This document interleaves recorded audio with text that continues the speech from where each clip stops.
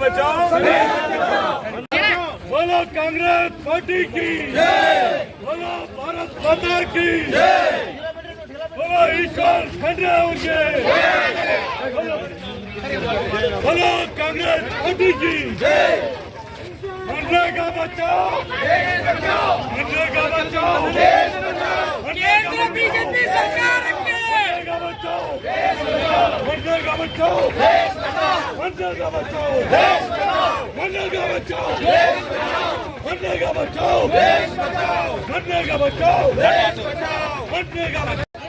मनरेगा बचाओ मनरेगा बचाओ मनरेगा बचाओ अरे मनरेगा बचाओ मनरेगा बचाओ बोलो भारत माता की बोलो भारत माता की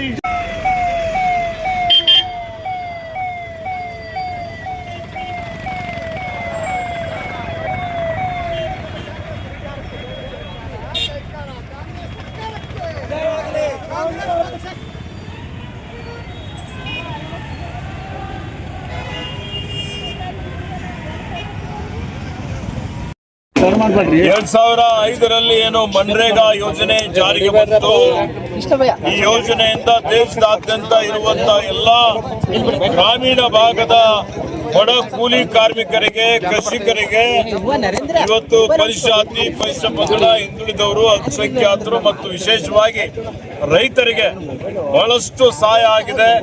ಅವರೆಲ್ಲರ ಆರ್ಥಿಕ ಅಭಿವೃದ್ಧಿಗೆ ಕಾರಣ ಆಗಿದೆ.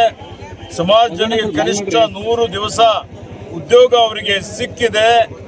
ಇದು ಇವತ್ತೇನು ಬದಲಾವಣೆ ಮಾಡಿ BBJ ರಾಮ್ಜಿ ಅಂತ ಹೇಳಿ ಯೋಜನೆ ಜಾರಿಗೆ ತಂದಿದ್ದಾರೆ.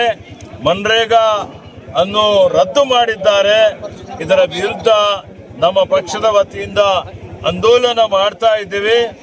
ಅವರೇನು ಇವತ್ತಿನ ದಿವಸ ಗ್ರಾಮೀಣ ಜನರಿಗೆ ಗುಲಾಮರನ್ನಾಗಿ ಮಾಡಬೇಕು ಅನ್ನುವಂತ ರೀತಿಯಲ್ಲಿ ಇವತ್ತು BBJ ರಾಮ್ಜಿ ಯೋಜನೆ ಅಡಿಯಲ್ಲಿ ಅವ್ರು ಏನ್ ಮಾಡ್ಬೇಕಂತ ಇದ್ದಾರೆ ಅಂತ ಹೇಳಿದ್ರೆ, ಬರೀ ಉದ್ಯೋಗಪತಿಗಳಿಗೆ, ಬಂಡವಾಳಶಾಹಿಗಳಿಗೆ, ಅವರಿಗೆ ಇವತ್ತು ಕಡಿಮೆ ಕೂಲಿ ಸಿಗುವಂತ ರೀತಿಯಲ್ಲಿ ಅವರ ಜೇಬು ತುಂಬಿಸುವಂತದ್ದು, ಬಡವರ ರಕ್ತ ಇರುವಂತ ಒಂದು ಕೆಲಸ ಯೋಜನೆ ಮಾಡಬೇಕು ಅಂತೇಳಿ ಹುನ್ನಾರ ಇಟ್ಟುಕೊಂಡಿದ್ದಾರೆ.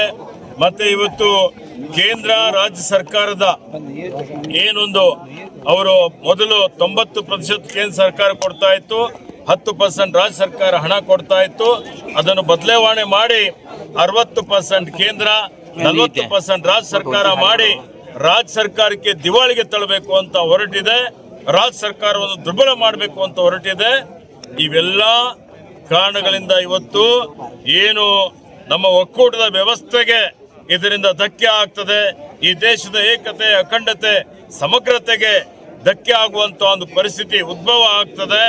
ಅದಕ್ಕೆ ಬಡವರ, ಗ್ರಾಮೀಣ ಭಾಗದ ಜನರ ಬದುಕು, ಅವರು ಸ್ವಾವಲಂಬಿಗಳಾಗಬೇಕು, ಸ್ವಾಭಿಮಾನಿಗಳಾಗಬೇಕು, ಆರ್ಥಿಕವಾಗಿ ಅವರ ಅಭಿವೃದ್ಧಿ ಆಗಬೇಕು ಅಂತ ಹೇಳಿದ್ರೆ ಮನ್ರೇಗಾ ಮತ್ತೆ ಪುನಃ ಪ್ರಾರಂಭ ಮಾಡಬೇಕು.